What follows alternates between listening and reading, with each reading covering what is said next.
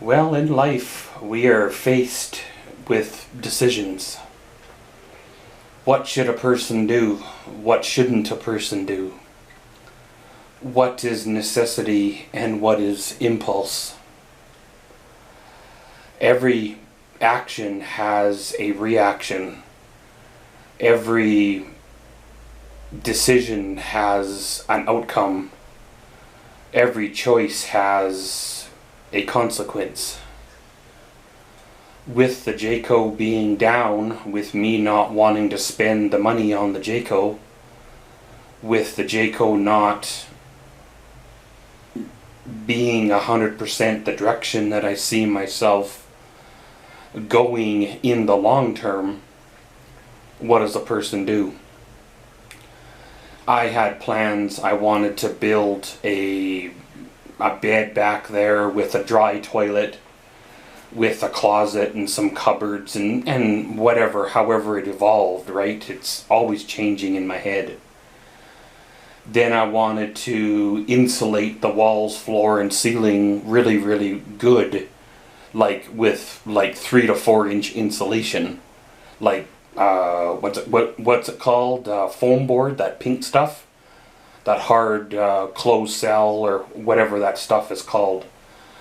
Give it like an R14 or so R value to handle the cold, because it does get cold here in the wintertime, especially in the wintertime. And then do some winter camping. However, when does a person stop dumping money into something that is not worth it? I know I could potentially here in my estimates, it's going to be probably the better part of $500 to $600 to fix the Jayco into a usable shape, and then probably another $600 to $800 to build the furnishings that I got in my grand vision. And this trailer is a 2008, and some 2008s out there, roughly the same size, same options, no slide out, whatevers, are going for roughly $6,000 to $7,000. Some are better shape, they're 10 to 12. So really, what is the value of the Jayco? Is it worth putting potentially $2,500, $3,000 into it and using it for another, I'm hoping, 3 to 5 years? The problem is having the money to begin with. So it's going to be a 3 to 5 year project before it actually gets finished to what my grand vision is. So will it last long enough for me to actually finally finish it before the other corner goes, or the front corner goes, or the roof starts leaking, or who knows, right? Has anybody ever paid attention to the welds on some of these frames? Some of the RVs you see, the welds don't look like looks like they were done on a Friday or a Monday or something. They're a little sketchy. So the Jayco welds look okay. So the base trailer is fine, like the frame. I bring this up because on Marketplace I put a picture here. I've only got one picture of it. It looks like an 8x16 or 8x20 cargo trailer with a ramp door, not the barn doors. I'd prefer barn doors, but the ramp door, I guess it is what it is. And they want $2,500 for it. It's a steel frame trailer, so it's going to be a little heavier, but it shouldn't weigh more than what the Jayco does currently. By the time do I buy that? and put the $3,000 over the next 5 years into a 2012, or was it a 2012? I forget the age. I'll put a picture up here once again, a trailer. However, once again, the $2,500 is not there. But if I don't pay my rent for a couple months, the $2,500 in conjunction with the bills, the $2,500 will be there.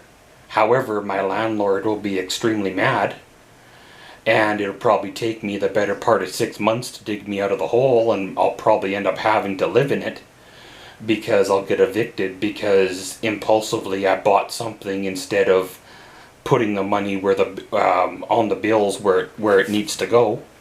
That's the part about being an adult, being responsible for your life, is you have to make choices.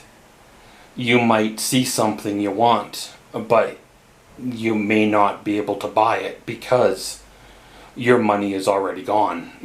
You get paid, and within 5 to 6 days you're left with what I call your monthly allowance, which won't even buy you a burger at a fast food place, you know. However, if you impulsively buy something you shouldn't, whether it's a new bicycle or a motorcycle, or do maintenance on the truck, or pay a larger cell phone bill or utility bill that popped up, then it has consequences. This trailer, who knows how dirty it is inside? Has it been used to haul snow machines or equipment? Is it full of gasoline where you're going to have to replace anything that soaked up the material, right? And who knows too, for $2,500, that's an insanely good buy. Other comparable trailers are like $6,500 or more. So to buy a new one is the better part of 15 to 20. So $2,500 almost seems to be too good to be true. You know, is it one of those Facebook marketplace scams that are going around? Need to sit back and think about things still. I need to reevaluate what I'm going to do with the trailer. I need to think about not super long-term plans, because I've done that in the past, started the ball rolling, started things in motion to pay off in the next 5 to 10 years, and then the rug gets pulled out from under you and you lose a bunch of money because you were trying to live for the future, not live for the impulsive now. But at the same time, I can't live for the impulsive now. I have to almost virtually make every dime or every dollar or every dime count where I put it, because if I don't, then there's an issue. So the realistic thing to do is to patch the Jayco, meaning get it insanely basic. Use cheaper grade materials, don't finish it as in like painting or staining or hardwood or laminate or whatever, and start using it the way it is. And then in time build your bed, in time build your cabinets and stuff.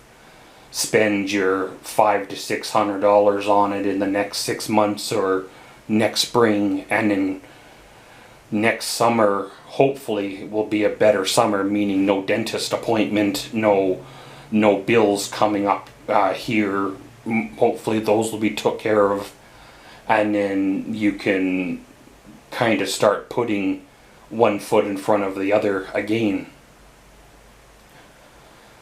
It's a little disappointing to be at this stage with the Jayco, because I was really hoping that I'd be able to use it and not have to repair it so soon. However, you know, it was 2018 when I bought it. Like, again, it's a 2008 trailer, and the guy I bought it from used it as a second residence when he was in camp. So it got used fairly well, and the trailer itself is not hurt, not bad. It's just where he had that water leak. Now, I don't know if he didn't put in a insurance claim and it was never fixed properly, meaning dried out with a dehumidifier, and this is the resulting damage, whatever it is, 6-8 years later after his hot water heater split, or however the water got in there. The OSB seems to be disintegrating pretty good, so whatever damage it was extensive, and the way it was parked, it seems to have been lower on the rear end, so it kind of held the water there rather than flooding toward the nose of the trailer. If things were the way they were with my tools and my garage and my equipment that I once had, I could fix it without a lot of stress, including removing, relocating wiring and stuff, because I had my ways of getting under things, lifting things, getting under things, supporting those heavy walls, which weigh way more than a simple jackal or floor jack could even lift, you know, especially the equipment that I currently have. I mean, you don't want to put a scissor jack under there because it wouldn't go well if something slips, right? Especially working by yourself. So I need to reevaluate things. I guess as of right now, the Jayco's on hold, which is not a big deal.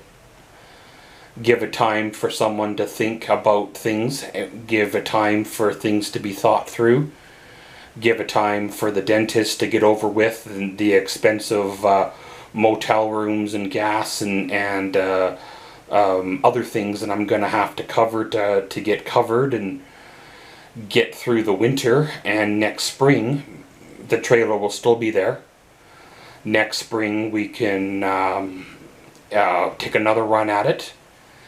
Maybe by next spring, I'll have thought through things a little better, be a little less disappointed and overwhelmed and baffled with everything. But I guess it is what it is, and around we go. And as always, thanks for watching Maxwell's Vlogs. Comment, subscribe, and enjoy.